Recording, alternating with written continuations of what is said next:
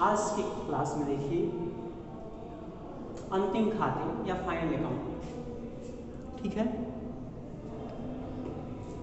और अंतिम खाते से पहले थोड़ा सा हम पणधारी की चर्चा कर दें या स्टेक होल्डर की चर्चा करें। तो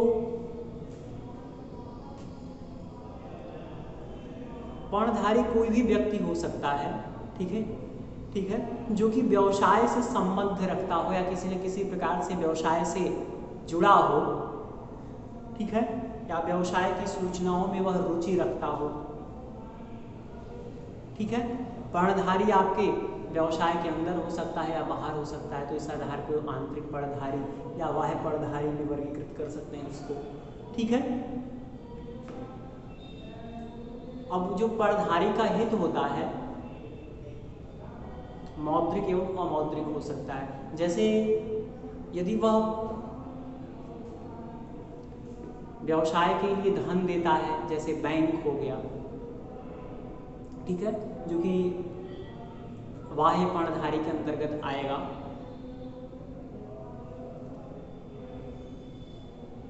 ठीक है। तो इसका व्यवसाय के या इसको व्यवसाय से संबंधित सूचनाएं चाहिए, व्यवसाय में लाभ हो रहा है या हानि, लाभ हो रहा है तो कितना लाभ हो रहा है, ठीक है, क्योंकि उसका मौद्रिक हित उसमें है कि अगर जब व्यवसाय में लाभ होगा तभी उसका मूलधन एवं ब्याज उसको वापस मिल पाएगा, ठीक है। इसके अतिरिक्त जैसे सरकार है,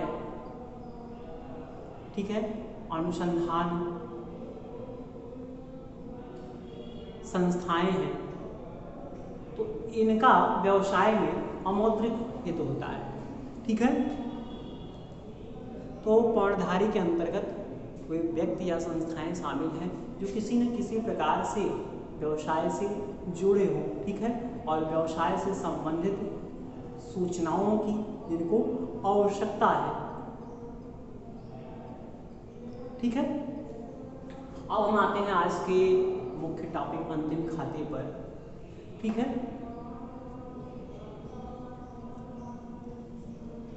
फर्स्ट ईयर की दृष्टि से अंतिम खाते बहुत ही महत्वपूर्ण चैप्टर है। जैसे कि हम अकाउंट में आपको शुरुआत में जनरल एंट्री बनाना बताते हैं, ठीक है। जनरल एंट्री से जैसे हमने अकाउंटिंग प्रोसेस आपको शुरुआत में पढ़ाया था, तो अकाउंटिंग प्रोसेस के अंतर्गत पहले था लेन देनों का आपका वर्गीकरण था, लेन देनों की रिकॉर्डिंग था, रिकॉर्डिंग के अंतर्गत हम आपको जनरल एंट्री बनाना बताया, ठीक है। फिर लेन देनों का वर्गीकरण हुआ, वर्गीकरण के अंतर्गत हमने आपको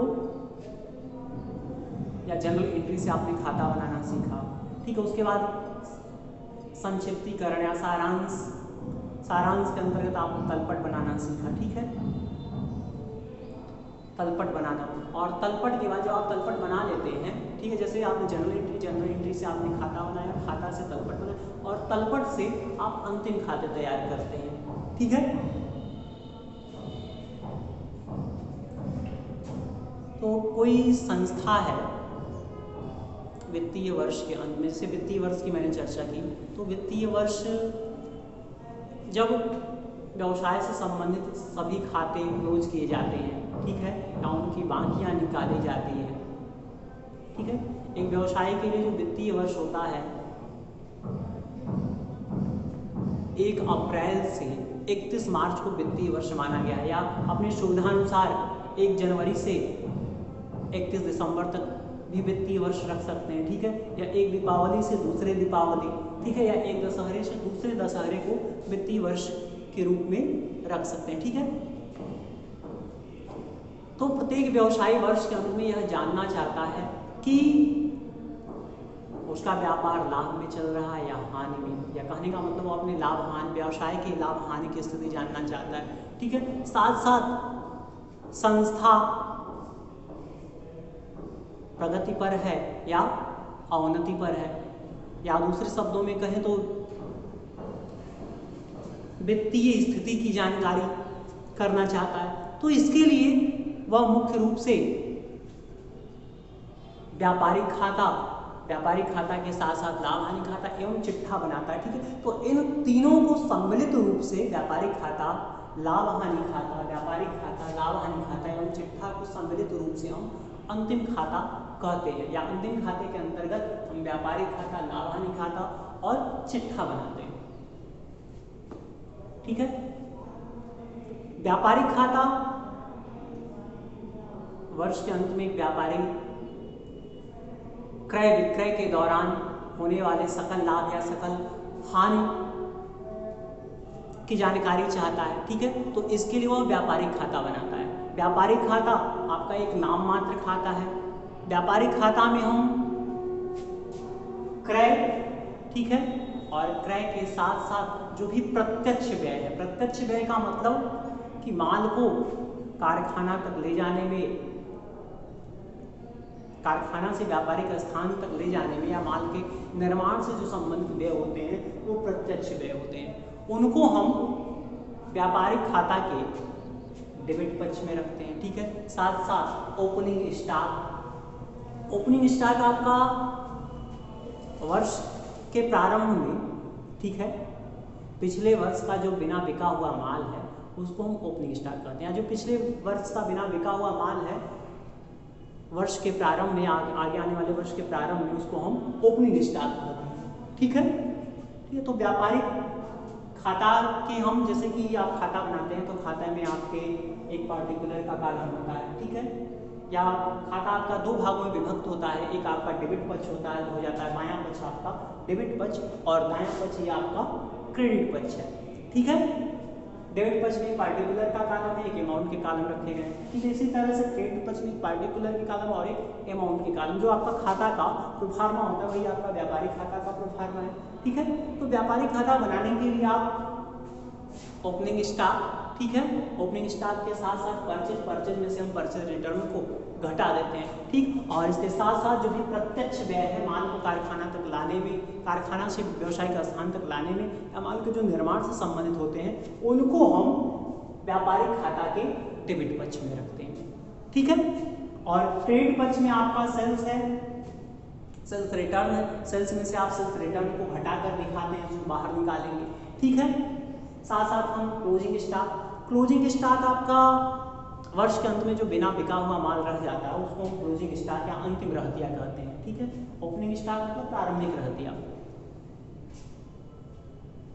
को, इसको हम क्रेडिट पक्ष में रखते हैं। ठीक है, और फिर और इसके साथ साथ आपका एक गुड्स सेंट ऑन कंसाइनमेंट है, जिसको लागत मूल्य पर दिखाया, अगर प्रेषण पर कोई माल भेजा गया है तो उसको लागत मूल्य पर हम ट्रेडिंग अकाउंट के या व्यापारिक खाता के क्रेडिट पक्ष में दिखाते हैं। ठीक है, और आप इन दोनों पक्ष का अंतर ज्ञात करेंगे।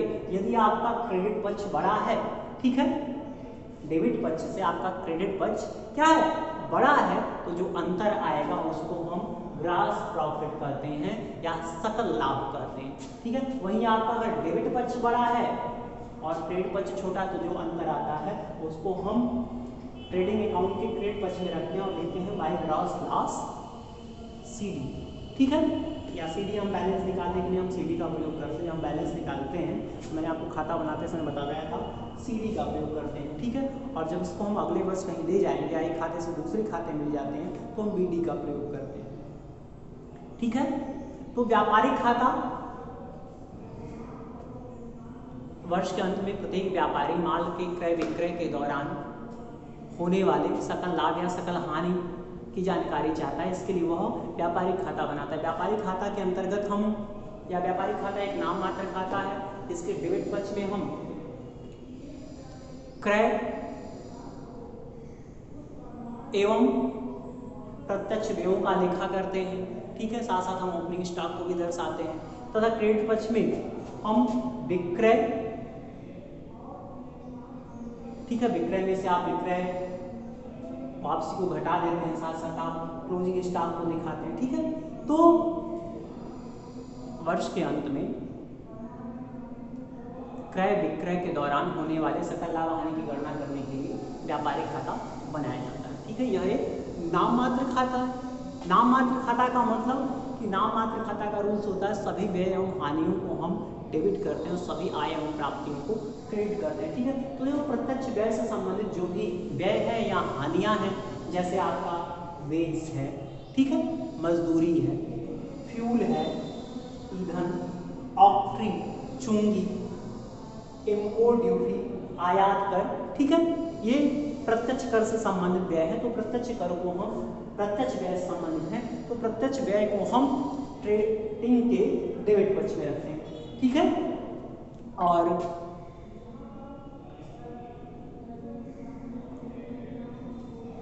और जैसे कि नाम मात्र खाता के अंतर्गत सभी आय एवं प्राप्तियों को हम ट्रेडिंग अकाउंट के क्रेडिट पक्ष में रखते हैं, ठीक है। तो माल के विक्रय एवं निर्माण से संबंधित जो व्यय होंगे उसको हम ट्रेडिंग के क्रेडिट पक्ष में रखेंगे, ठीक है। तो इस तरह से आप ट्रेडिंग अकाउंट को बनाएंगे। आगे देखिएगा, अन्य खातों के अंतर्गत दूसरा खाता आपका लाभ हानि खाता है, ठीक है। जैसे कि हम थोड़ा आपको बताएं कि आजकल जो ट्रेडिंग अकाउंट या लाभ हानि खाता बनाया जाता है उसके अंतर्गत केवल एक शीर्षक डाला जाता है, लाभ हानि खाता, ठीक है। और जब आप लाभ हानि खाता को बनाएंगे तो ये दो पार्ट में बनता है, एक पार्ट आपका ट्रेडिंग अकाउंट हो जाता है और दूसरा पार्ट आपका लाभ हानि खाता हो जाता है। जैसे कि यहाँ पे हमने ट्रेडिंग अकाउंट लिखा है, ठीक है। तो इसके जगह पर ट्रेडिंग अकाउंट न प्रयोग करके आप प्रॉफिट एंड लॉस अकाउंट प्रयोग करते हैं, ठीक है। या आप अलग अलग बनाना चाहते हो तो इस तरह से ट्रेडिंग अकाउंट अलग और प्रॉफिट एंड लॉस अकाउंट अलग। दूसरा खाता है आपका लाभ हानि खाता। तो लाभ हानि खाता क्या है? लाभ हानि खाता यह भी एक नाम मात्र खाता है। प्रत्येक व्यवसायी वर्ष के अंत में जानना चाहता है कि वर्ष के दौरान उसका शुद्ध लाभ क्या है या शुद्ध हानि क्या है, ठीक है। या वर्ष के दौरान वह लाभ हानि की गणना करना चाहता है तो इसके लिए वह लाभ हानि खाता तैयार करता है, ठीक है। लाभ हानि खाता के अंतर्गत हम लाभ हानि खाता एक नाम मात्र खाता है, ठीक है। इसके डेबिट पक्ष में सभी प्रत्यक्ष अप्रत्यक्ष व्ययों का लेखा करते हैं, ठीक है। या जो व्यय आपके व्यापारिक खाता में जाने से छूट जाते हैं उसका लेखा हम लाभ हानि खाता के डेबिट पक्ष में करते हैं, ठीक है। तो लाभ हानि खाता के डेबिट पक्ष में सभी अप्रत्यक्ष व्ययों का लेखा किया जाता है, ठीक है। और अप्रत्यक्ष आय एवं प्राप्तियों का लेखा लाभ हानि खाता के क्रेडिट पक्ष में किया जाता है, ठीक है। तो आपका व्यापारिक खाता लाभ हानि खाता एक नाम मात्र खाता है। वर्ष के अंत में सकल लाभ या सकल हानि का निर्धारण करने के लिए यह बनाया जाता है, ठीक है। लाभ हानि खाता के डेबिट पक्ष में आप सभी अप्रत्यक्ष व्ययों का लेखा करते हैं। और जो ग्रास प्रॉफिट है, ठीक है, ग्रास प्रॉफिट यहाँ पे हमने सीधी लिखा है। जब आप लाभ हानि खाता बनाते हैं तो इसको हम ट्रांसफर करके प्रॉफिट एंड लॉस के क्रेडिट पक्ष में ले जाते हैं, तो लिखते हैं बाय ग्रास प्रॉफिट बीडी। यदि ग्रास लॉस है, ठीक है, तो इसको हम लाभ हानि खाता के डेबिट पक्ष में लिखेंगे इस तरह से, टू ग्रास लॉस बीडी करके लिखते हैं, ठीक है। या आगे ले जाने के लिए हम बीडी शब्द का प्रयोग करते हैं, एक खाते से दूसरे खाते में ले जाने के लिए हम बीडी का प्रयोग करते हैं, ठीक है। तो अप्रत्यक्ष व्ययों का मतलब कि जिनका माल के पर प्रत्यक्ष रूप से प्रभाव नहीं पड़ता, ठीक है, उसको हम अप्रत्यक्ष व्यय कहते हैं। जैसे आपका सैलरी है, रेंट है, डिस्काउंट है, ठीक है, इंटरेस्ट है, कमीशन है, ट्रेड एक्सपेंस है, तो ये सब अप्रत्यक्ष व्यय है, ठीक है। या अन्य शब्दों में कहें तो इसमें हम कारखाने से संबंधित प्रत्यक्ष व्ययों का लेखा करते हैं और इसमें आप विक्रय, वितरण, प्रशासन से संबंधित व्ययों का आप लेखा करते हैं, ठीक है।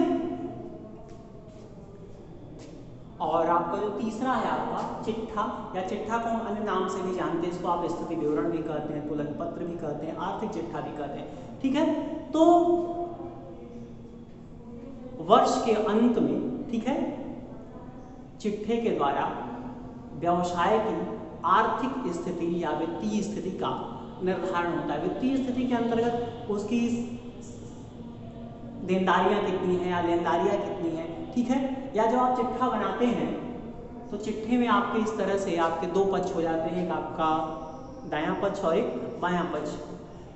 बाएं पक्ष में आप सभी दायित्वों का लेखा करते हैं, ठीक है, और पूंजी के साथ साथ दायित्वों का लेखा करते हैं, और दाएं पक्ष में संपत्तियों का लेखा करते हैं, ठीक है। तो चिट्ठा के अंतर्गत वर्ष के अंत में एक व्यवसायी व्यवसाय की आर्थिक स्थिति या वित्तीय स्थिति की जानकारी करने के लिए या वर्ष के अंत में उसकी संपत्तियों एवं दायित्वों का निर्धारण करने के लिए विवरण पत्र तैयार किया जाता है, जिसको हम चिट्ठा कहते हैं। ठीक है, एक सवाल उठता है कि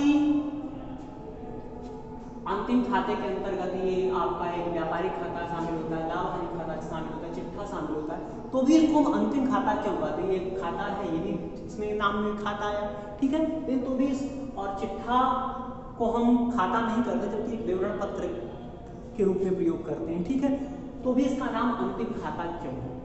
तो जैसे कि जब आप वर्ष के अंत में अंतिम खाते बनाते हैं, ठीक है, तो तलपट में से की जो बाकियां होती है, जो तलपट में बाकी होती है, सभी किसी न किसी खाते से संबंधित होती है। उसमें से कुछ बाकियों को आप व्यापारिक खाते में ले जाते हैं और कुछ बाकियों को आप लाभ हानि खाते में ले जाते हैं। ठीक है, और कुछ बाकियां जो आपकी बच जाती है, ठीक है, उसका लेखा हम अगले वर्ष करते हैं। ठीक है, और स्मरण करने के लिए इनको हम चिट्ठे में लिख लेते हैं। ठीक है, तो जो ये किसी न किसी खाते का की अंतिम बाकियां होती हैं, ठीक है, तो सम्मिलित रूप में इन तीनों को मिलाकर, ये व्यापारिक खाता, लाभ हानि खाता और चिट्ठा को मिलाकर सम्मिलित रूप में हम अंतिम खाते प्रयोग करते हैं। ठीक है, अंतिम खाते वर्ष के अंत में एक व्यापारी व्यवसाय की लाभ हानि की स्थिति ज्ञात करने के लिए, हम व्यवसाय की वित्तीय स्थिति की जानकारी ज्ञात करने के लिए, अन्य शब्दों में कहेंगे व्यवसाय की देनदारियां संपत्ति दायित्वों का निर्धारण करने के लिए विवरण पत्र बनाता है। ठीक है, उसको हम अंतिम खाते कहते हैं। अंतिम खाते के अंतर्गत आपके 3 खाते शामिल, आपका व्यापारिक खाता, लाभ हानि खाता और चिट्ठा। ठीक है, तो आज के लिए बस इतना।